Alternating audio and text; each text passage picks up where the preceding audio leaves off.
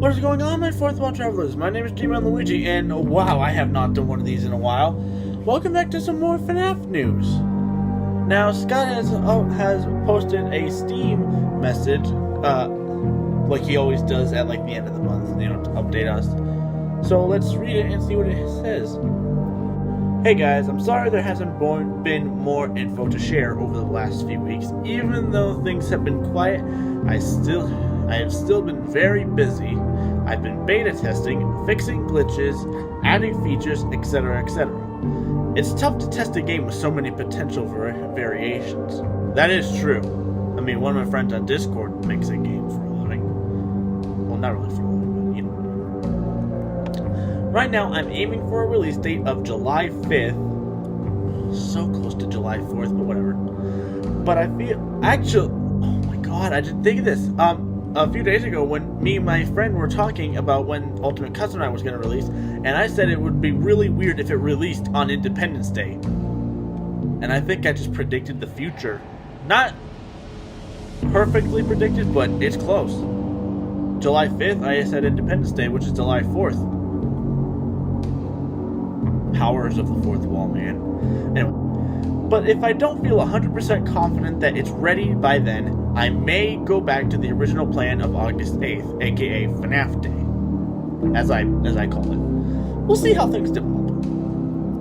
I've been adding a lot of voice acting, even though the majority of characters only say something if, or when, they kill you. I'm happy to announce the return of Heather Masters, aka... I don't recognize you. You are new. I remember this scenario. Amberly Connors, which I think was Clara and is also Toy Chica from FNAF World. Michelle Amos, aka... Is someone there? Is it time for the show? I can hear someone creeping through my room. Perhaps not. Christopher McCullen, which I believe voiced Vlad and Fredbear from FNAF World. And Becky Shrimpton, who voiced Bon Bon. Reprising their old roles or taking on new ones.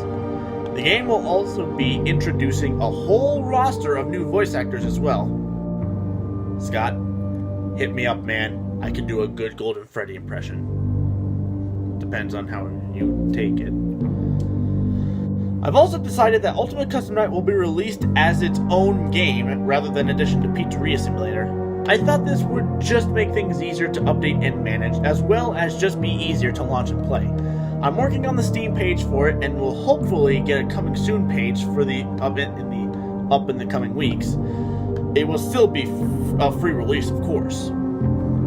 I'm also happy finally to give the answer to the much asked question: will Ultimate Custom Night really be customizable, or will it just be presets? Now, if you guys don't know what he means by that, is the FNAF 1, 2, and Sister Location Custom Night, those were all preset customizable nights by Scott himself. Like, there was the Cupcake Challenge, there was the Ladies Night, etc. But yeah, so people were wondering if it's actually going to be customizable by themselves, or will it just be presets?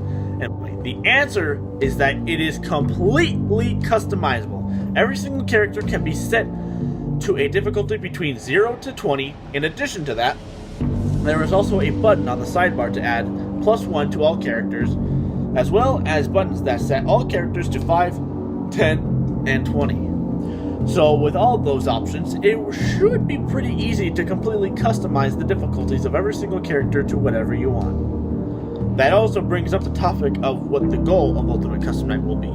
After all, in Central Location Custom Night, you would get a star for beating each preset. But in this, there are no real presets. The answer is that you are working to achieve the highest score possible. That might sound dreadfully underwhelming at first, but it's actually a system that works really well here.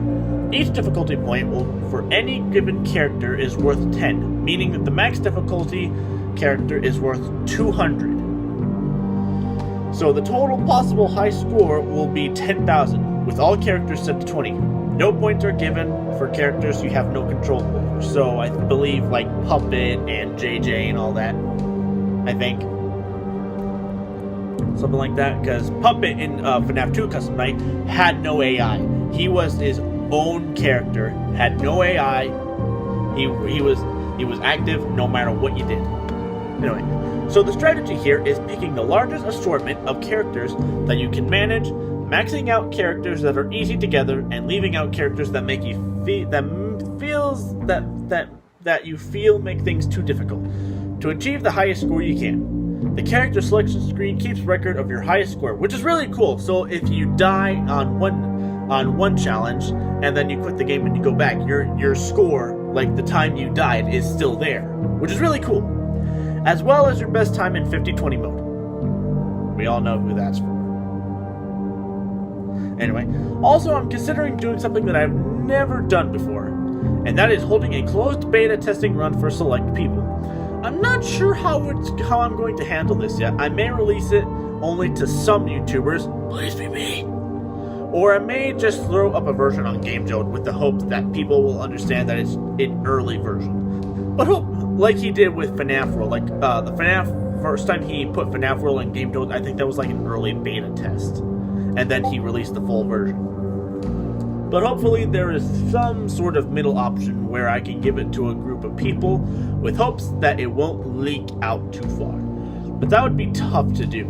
Send me some comments with suggestions on how you think I should handle this. I'll post more updates as I have them. And then I believe a few hours ago he added in an edit. I've corrected the difficulty to read 0 to 20. You can set characters to 0. I thought this would go without saying, but a lot of people were concerned that you wouldn't be able to set characters to 0. Also, for those upset about no stars or plushies usually given as rewards for presets, there will be little rewards for score benchmarks, which means I think if you go past a certain point threshold, you get a prize. Makes sense. And to those upset that the score caps at 10,000, I wouldn't worry about it. So I think once you go past 10,000, you can get a higher score. And he left a little winky face. Scott and winky faces always means he's up to something. But yeah, that is the entire Steam post. My god! That is a lot. So of course, like he said, he's bringing back some of the old voice actors. Heather Masters, Michelle Amos, Christopher McCullough. Wait. Oh, McCullough, my man. And he's making it the Ultimate Custom Night a legit customizable night, and not just presets, which is really cool. Which I'm excited for, and for the fact that it's going to be its own game, not just an expansion. Now what Scott said about the also being the unlimited pizzeria simulator mode, I think that's still going to be an expansion in the game, because I don't understand how we could see that being a separate game. I mean, the game is literally called Freddy Fazbear's Pizzeria Simulator, and you release another simulator just as an expansion to that. That doesn't make any sense. But anyway, I am really excited for Ultimate Custom Night now. But seriously, Scott, hit me up for voice actors. Seriously, I don't understand how to work voices.com. Seriously, I don't. But yeah, this is gonna do it. So thank you all for watching. Subscribe if you liked it. Blast the like button. And as always, I'll see you all in the next video. Stay weirder.